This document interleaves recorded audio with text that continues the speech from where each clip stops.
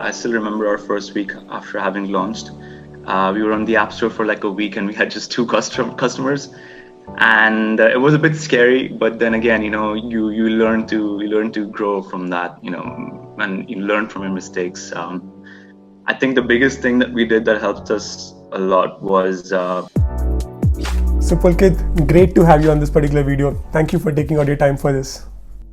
likewise appreciate you having me. So the very first part is considering that you are the co-founder of Invygo. Can you tell us a little bit more about your day? How is your day structured? How do you plan your day accordingly? Sure, happy to do that. So I'm a bit of a late riser. I, get up around 9:30, 10 a.m. I think the first thing I do is have a catch-up call with my co-founder. We discuss, let's say, the day's priorities or the week's priorities, or any updates from either of our sides, that we've missed from the previous day. I think have my coffee. I guess that's the next step. And about, let's say, 50 to 60% of my day it goes into meetings, be it around growth strategy, discussing anything to do with the product or supplier side relations, or even basic tactical stuff, working on pricing, promotions. So that's what I'm doing most of the time. Maybe take like a walk during the day, buy some snacks for the office, for whoever is in the office that day. And towards the end of the day, I like to do more trivial stuff, things that I don't have to think a lot about. For example, if you're hiring someone new and you need to do their visa application, stuff like that. Yeah. And of course, at the end of the day, you want to plan for the next day, so that you have enough meetings, enough gap between meetings so that you can get some other work done and action and implement things. How was your shift from a corporate employee to an entrepreneur when you started your journey? What was that? How was the shift? What were the initial challenges which you faced? I think the only real challenge is that kind of, for lack of better word, the pressure of performing. It's just you. There's nothing to fall back upon. Of course, you have your amazing team with you, but that's a lot of pressure. Other than that, in terms of working, I think I'm sure most entrepreneurs will also agree with this. It's actually easier for us to work in this entrepreneurial environment rather than corporate structures where what needs to be solved is kind of given to you, delivered to you. Even how it needs to be solved, especially in analytics, there are certain users. Let's say the CEO wants to see the data in a certain way. Your chief analytics officer is used to seeing the data in a certain way. So your problem and solutions are kind of relatively laid out. Don't get me wrong, you learn a lot, because they've probably figured out the best way to do it. But I think it's more exciting to kind of work with really smart people, figure out what you need to solve for and how you'll get there. I find that more exciting. In terms of funding, when you started your funding round, tell me that particular process. How did you create a business plan? How did you approach VCs? What was the thought process and how did you structure everything? What were key learnings from that particular aspect? So we were in the 500 Startups Accelerator program in Riyadh, and that kind of helped us prepare and get ready for, let's say, the demo day. That was our first, I would say, proper interaction with VCs. And the good thing, about being in an accelerator like 500 startups is like they have done it a million times before in the Silicon Valley across the globe. So, it's the best of the best in terms of advisors and mentors. So that really helped us, put together our first deck. We went into the program without any growth, without having signed the car dealer. But during the program, we not only signed, we had, I think, one of the most impressive growth stories. And of course, if you have great traction in any space of time, that really speaks volumes. And we had one of the best tractions. I remember we were the first ones to get up on the demo day and present our business. So that was good. I think what we've learned over time is, you have to kind of build a relationship with investors, understand culture fit, understand what their investment thesis is like. Some investors may not be, let's say, they may want to stay away from automotive industry, or they may want to stay away from, let's say, a regional investment in the Middle East, depending on where they are. They might not be early stage investors. They might not be late stage investors. So you have to do all this research, understand, what works for them so that you can present your business in the best possible way. And I think the most important thing is, to have a good story and very healthy traction. So that kind of removes any doubts. In terms of customers, when you started your own business, how did you find your initial customer base? What was the approach to get the initial customers, and how were you able to ensure that these customers are able to be retained? It's a good question. So I think I still remember our first week after having launched. We were on the App Store for like a week, and we had just two customers, and it was a bit scary. But then again, you learn to grow from that, and you learn from your mistakes. I think the biggest thing that we did that helped us a lot was we tried a lot of things. We set a target that this is where we want to get to, and then it was just a matter of running a sufficient number of experiments, learning from them, and iterating fast.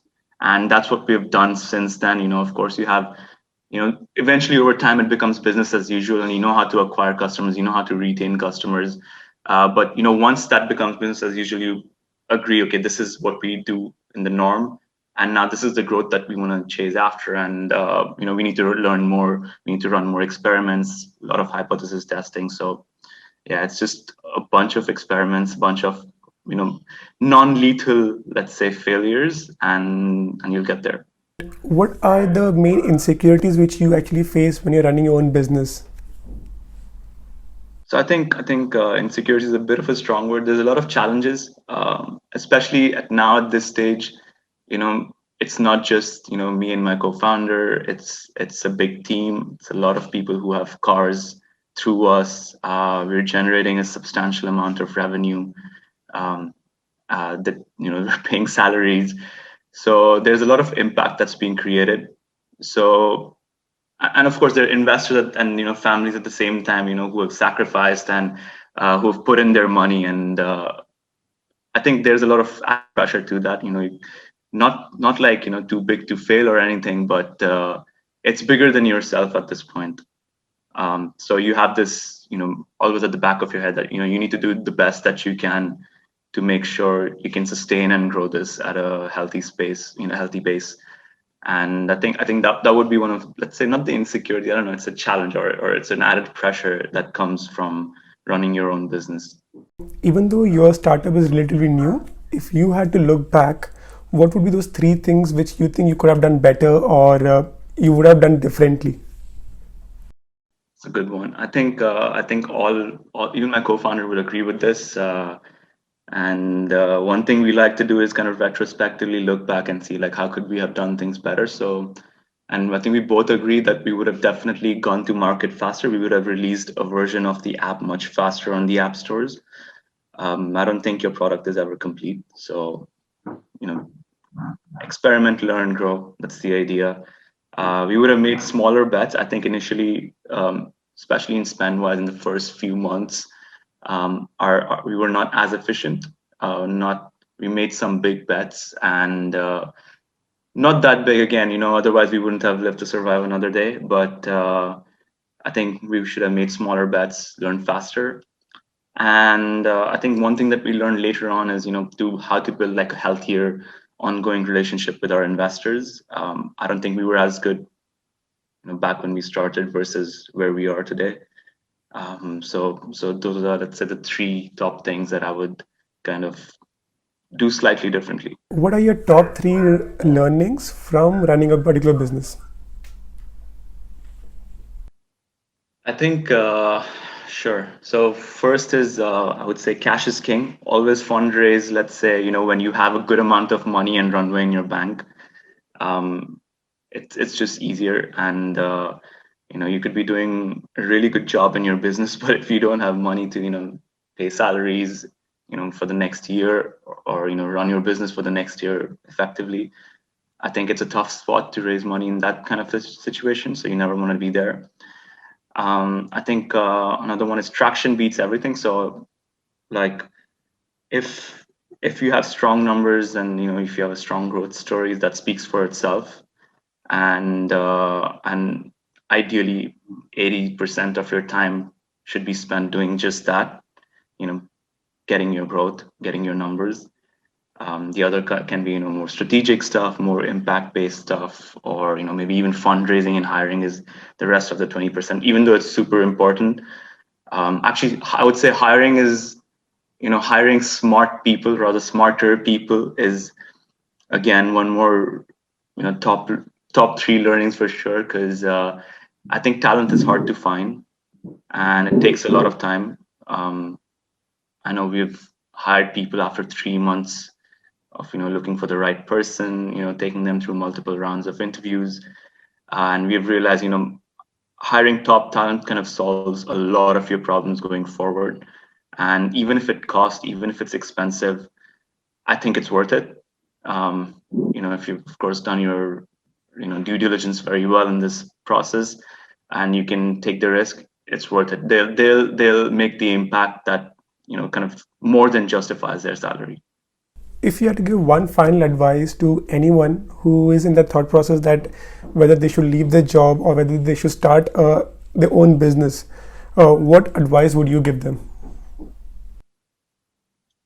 I think what's helped me in this whole process was knowing my why from the very beginning. Why am I doing this? What I want to achieve out of it. I think how you will get there, what your resources are, all of that is just some things along the side. If you know your why you're trying to do what you're trying to do, I think you'll have a much easier journey, because I read somewhere, it's entrepreneurship is like eating glass. So it gets progressively harder, as it goes through you. And if you want to go through something like that, then yeah, you better know why you're doing these things. Otherwise, you're going to give up at some point or the other. And giving up is not an option. It's a strong statement, but failure is also to some extent not an option. You have to figure out the best way to move forward. I think that's everything. Again, thank you, Pulkit, for taking all your time for this particular video, and I really appreciate you sharing these valuable insights. So, thank you again. Oh, thank you for your time. Thank you for having me.